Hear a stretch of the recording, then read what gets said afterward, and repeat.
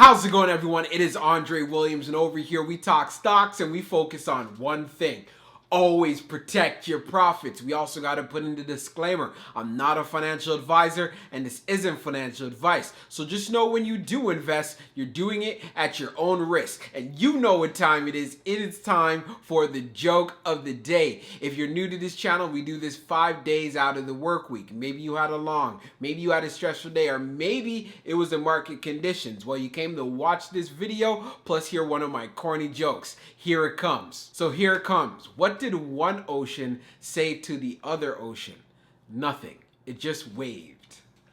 I know it's pretty corny. But anyways, what we're going to be talking about today is OCGN. So before we get started, of course, we got to go over an agenda. So if you're new to this channel, just want to let you know we have timestamps down below in the description. But if you are a shareholder or you're considering to take a position, I suggest you watch the entire video. So the first thing we're going to be going over was the recent press release that came from the OCGN website that definitely did have an impact on the performance of the stock that we saw today, and I'll be going that with you. Then secondly, we're going to be doing a technical analysis, taking a look at the price action. We want to know what are some areas of resistance and where does it really need to hold support so we can make sure to take advantage of the run-up when it does occur. We already know there's a lot of things in regards to the catalyst and so forth, so I feel it's key that you guys watch this particular area. And then afterwards, we'll be checking out Fintel. We're going to be taking a look at recent institutional ownership.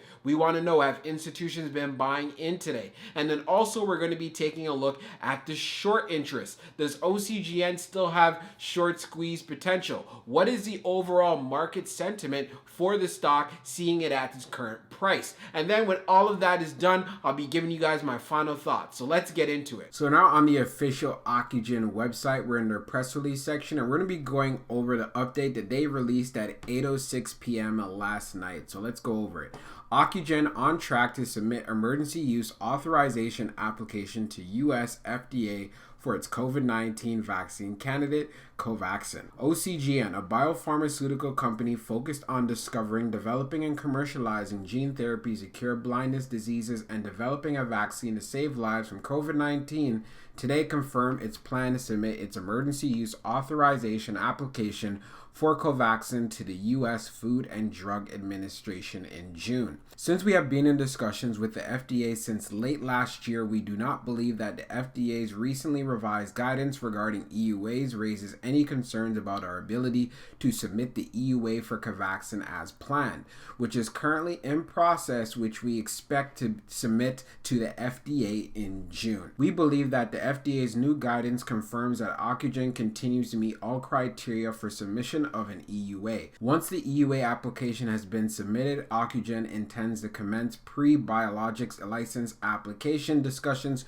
with the FDA, said Dr. Shankar Masanuri, chairman of the board, chief executive officer, and co-founder of OCGN. FDA's guidance refers specifically to vaccines based on the spike protein. Covaxin is a unique yet traditional vaccine using an inactivated version of the whole virus with a novel adjuvant that provides a broadly protective immune response beyond the spike protein, offering potential effectiveness against multiple existing and emerging variants and reducing the possibility of mutant virus escape, said Dr. Bruce Forrest, acting chief medical officer and member of the Vaccine Scientific Advisory Board of OCGN. So to sum up everything that we just read, we knew that the FDA made an announcement yesterday talking about any companies coming out trying to get an EUA in regards to COVID-19 vaccines. There's a potential that they're going to be declined because they are not meeting certain standards.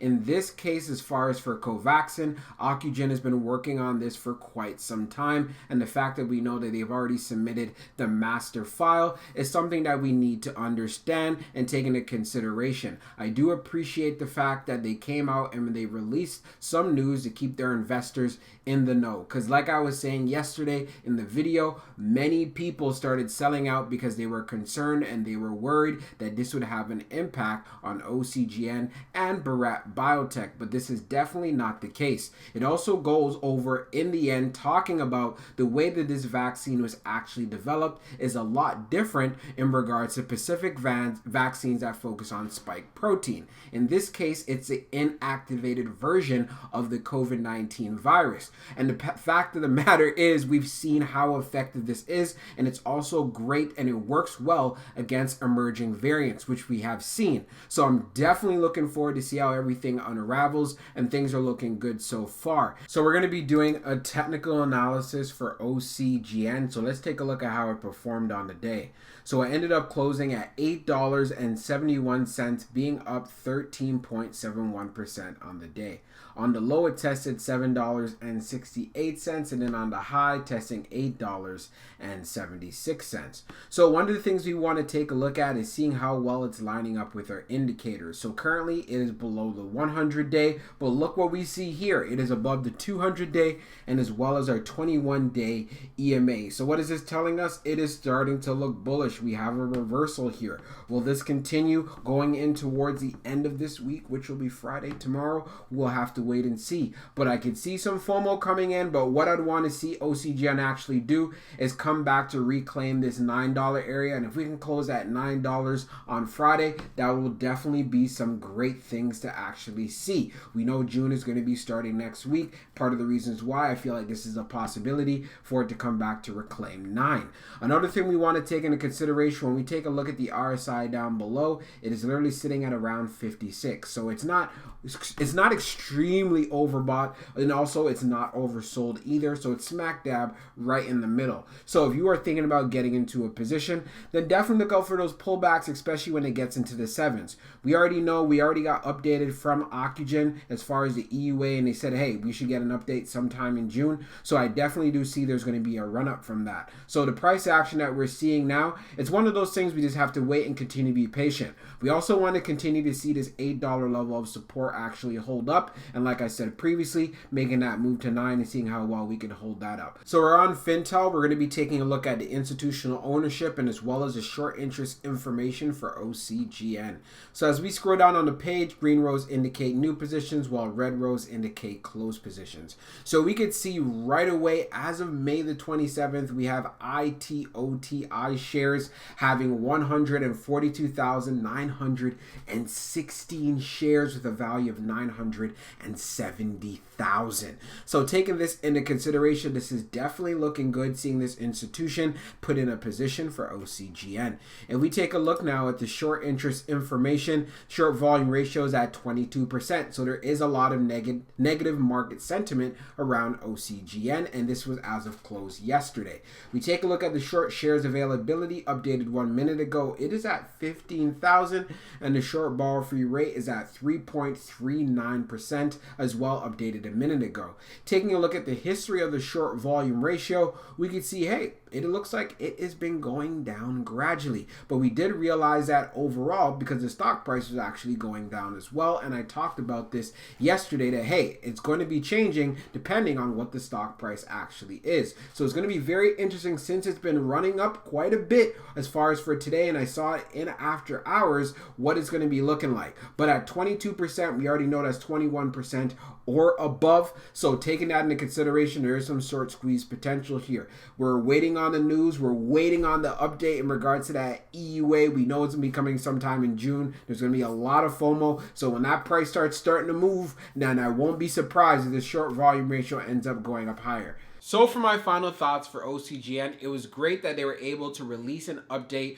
for shareholders or anyone who's actually considering to get into a position. The reason being is we already covered that the FDA came out and said as far as emergency use authorization, we're going to be a lot more stricter. We're going to be declining a lot of applications and so forth. And a lot of people reacted and thought this would have an impact on ocugen. But ocugen came out and then said, hey, No, no, no, no, no, no. We've been working on this for quite some time, and we're also looking to get all the information required as far as for the EUA sometime in June. So taking all of that into consideration is part of the reasons why we ended up seeing some strong movements in price action for OCGN. We also do see the fact that FOMO is starting to kick in. A lot of people want to make sure that they have their position in, especially since they said sometime in June, and June is going to actually be starting next week. So please keep in mind of that. Look out for those pullbacks so you're not overpaying, but also at the same time, you want to make sure you're getting in a nice solid cost basis,